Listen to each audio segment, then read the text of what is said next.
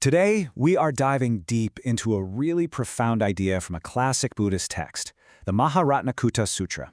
It's a text that offers a path to seeing reality with a kind of radical clarity, and in doing so, unlocking a much deeper sense of freedom. And it all really kicks off with this one powerful concept, a state of mind that the Sutras calls the Dharma light. Now, this isn't some kind of physical light. Think of it more as a form of wisdom, an insight that reveals the true, boundless nature of absolutely everything. So here's how we're going to break this down. First, we'll try to get a handle on what this unique insight really is. Then, we'll look at the subtle mental traps it helps us sidestep. We'll see how this all leads to a really crucial question, followed by the Buddha's frankly surprising answer, and finally, we'll understand why this teaching is considered so incredibly precious. All right, so let's get right to it. What exactly is this Dhamma light, or as it's said, Fa Guang Ming? What does it actually mean to see the world through this kind of light? Well, you can think of it as a state of profound mental clarity. Just imagine for a second looking at the world without that constant inner voice that's labeling, judging, trying to grab onto things or push other things away. You just see everything as it is, fluid, interconnected, not crammed into the neat little boxes our minds usually create. Now, the really interesting part is how the sutra explains the path to this clarity. It's all about moving beyond our mind's default setting, which is to split the world into opposites and then get hopelessly stuck on our own ideas about them. Okay, take the concept of emptiness, for example. The sutra points out a really common trap. We treat emptiness like it's some special, mystical thing that we have to go out and find.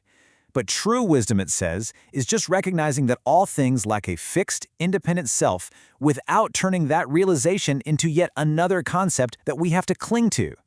And you see the exact same logic with formlessness. It's not about trying to escape the world of shapes and sounds and experiences to find some kind of blank void. No, it's about seeing the transient, non-solid nature that's already inherent within every single form, right here and right now. So the bottom line here is pretty radical. The path to real freedom requires letting go of our attachment to everything. And that includes our most cherished spiritual ideas. You know, even a beautiful concept like letting go can become a trap if we start grasping onto it. So, as you can probably imagine, when you hear a teaching this profound, it naturally brings up a very logical, very human question from someone listening in. And that's exactly what happens. A student in the assembly, a bodhisattva named Suprabuddhi, he basically stands in for all of us. He hears this and he raises a point that's probably already forming in your own mind. He asks the Buddha, point blank, "This sounds great, but how can you possibly get there without doing something? Don't you have to practice to attain this Dharma light?"